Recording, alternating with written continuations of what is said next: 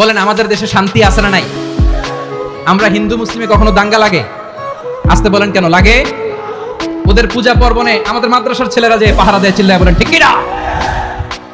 আমাদের তাফসীর মাহফিলের সময় ওরা ডিস্টার্ব করে, ঢোল বাজায় না।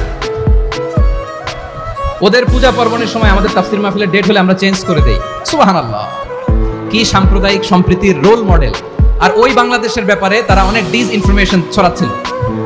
ভারতের অনেকগুলো গণমাধ্যম, আমি জেনারেলাইজ করব না, আমাদের প্রতিবেশী দেশের সব গণমাধ্যমকে আমি দোষ দিতে চাই না, অনেকগুলো গণমাধ্যম তারা ডিস ইনফরমেশন শেয়ার করেছে। ডিস ইনফরমেশন আর মিস ইনফরমেশনের পার্থক্য আছে। মিস ইনফরমেশন না জেনে ভুল বুঝে একটা মিথ্যা বা ভুল তথ্য ছড়িয়ে দেওয়া, এটার ক্ষমা আছে, এটার কি আছে। আর ডিস ইনফরমেশন মানে ইচ্ছা করে, প্ল্যান করে, ম্যাপ করে, ছক এঁকে মিথ্যা, গুজব, রটনা সোশ্যাল মিডিয়ায় ছড়ানো, এটার ক্ষমা আছে? আওয়াজ করে বলেন ক্ষমা আছে? ভারতের কিছু গণমাধ্যম তাই করেছে, আমরা ব্যথিত হয়েছি, আমাদের হৃদয়ে রক্তক্ষরণ হয়েছে।